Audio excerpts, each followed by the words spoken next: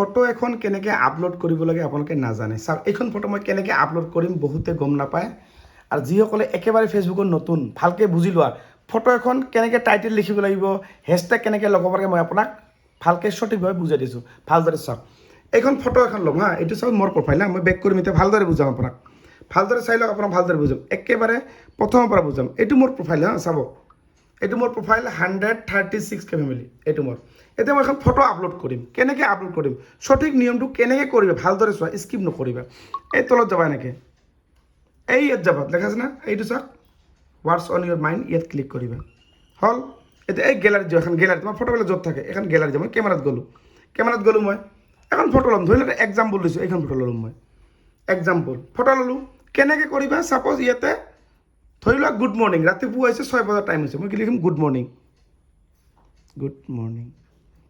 চাওক good morning লিখিলোঁ না, দুটামান ডট দিম এনেকৈ, এই ডট দিলোঁ, এইটো ডট দুটামান মই ইমেজো দিম, এই যে ইমেজটো আছে এইটো ক্লিক কৰিম, দুটা ফুল চুল কিবা এনেকৈ দিলোঁ দেখাত ভাল হোৱাৰ কাৰণে। আপুনি যি দিব পাৰে, দিলেও দিব পাৰে, এনেকুৱা দিব পাৰে, হৈ গ'ল। এতিয়া এইটো বেক কৰিম, অকণমান একবাৰ বেক কৰিম খালি, চাওক এইখিনি আছে। এতিয়া মই এই যে এনেকুৱা এই যে চাওক এইটো এই চিনটো এনেকৈ তলত যাম, এটা টুকা ল'ম এনেকৈ, এই টুকাটো চাওক, আৰু তলত যাম, এই কাৰ্যাটো চোৱা, আৰু তলত যাম এনেকৈ। কিয় কৈছোঁ তলত জানে, এই হেছটেগবিলাক লুকাই ৰাখিম মানে। এতিয়া মই এই যে 1 2 3 ক্লিক কৰিম, এই যে হেছটেগটো ক্লিক কৰিম, ইয়াত ওপৰত গুড মৰ্ণিং লিখিছোঁ, ইয়াতো কি লিখিম গুড মৰ্ণিং, চাওক গুড মৰ্ণিং, দেখা পাইছে চাওক গুড মৰ্ণিং, ওপৰত গুড মৰ্ণিং এনেকৈ দিলোঁ, ডট দিম, এই যে হেছটেগ গুড মৰ্ণিং, তেতিয়া তোমাৰ কোনো প্ৰব্লেম নাহিব। এই এনেকৈ তাৰপিছত চাওক এইটো চাওক, এইটো গ'ল তাৰপিছত এইটো ইয়াত ক্লিক কৰিবা, ক্লিক এটা ফিলিং দিবা, এইটো হেপী ফিলিং ওপৰটো এটা।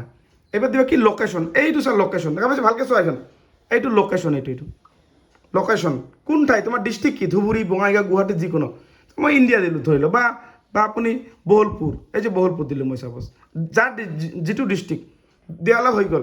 এতিয়া কি কৰিবা, এই নেক্সট কৰিবা, নেক্সট কৰি চা, এইবিলাক চব ৰেডি, এইটো পাব্লিক পষ্ট নাও অন, বাকী এইবিলাক একো নকৰিবা, এভিটেজ এইবিলাক অন নকৰিবা। এইটো পষ্ট কৰা, এইটো পষ্ট ক্লিক কৰিলোঁ, ক্লিক কৰাৰ লগে হৈ গ'ল আপলোড। মই নকৰোঁ, যিটো মই কৰিছোঁ না, এইটো আপুনি ক্লিক কৰিব, পষ্টটো ক্লিক কৰাৰ লগে হৈ গ'ল। বুজি পালে মই কেনেকৈ এখন ফটো সঠিকভাৱে আপলোড কৰোঁ, তোমালোকেও এনেকৈ কৰি আপলোড কৰিবা। তাতে চা মই গুড মৰ্ণিং দিছোঁ না, তোমাৰ চাপ'জ গুড আফটাৰনুন, 12টাৰ পিছত গুড আফটাৰনুন দিবা, তলতো হেছটেগ গুড আফটাৰনুন দিবা, কিন্তু গেপ নাৰাখিবা। যেতিয়া হেছটেগটো দিবা, হেছটেগ গুড আফটাৰনুন গেপ নিদিবা, কিন্তু প্ৰথমটো গেপ দিবা, যিটো তুমি প্ৰথমটো লিখিবা গুড আফটাৰনুনটো গেপ দিবা, নহয় গুড মৰ্ণিংটো গেপ দিবা, গুড আফটাৰনুনটো একেলগে হৈ যাব না, কিন্তু তলৰ হেছটেগত গেপ নিদিবা কেতিয়াও। বুজি পালে মই যেনেকৈ আপলোড কৰিলোঁ, আপোনালোকসকলে এনেকৈ কৰি আপলোড কৰিব ফটো এখন সঠিকভাৱে, আৰু ভিডিঅ'টো শ্বেয়াৰ কৰি আপোনাৰ প্ৰফাইলত ৰাখি থৈ দিব।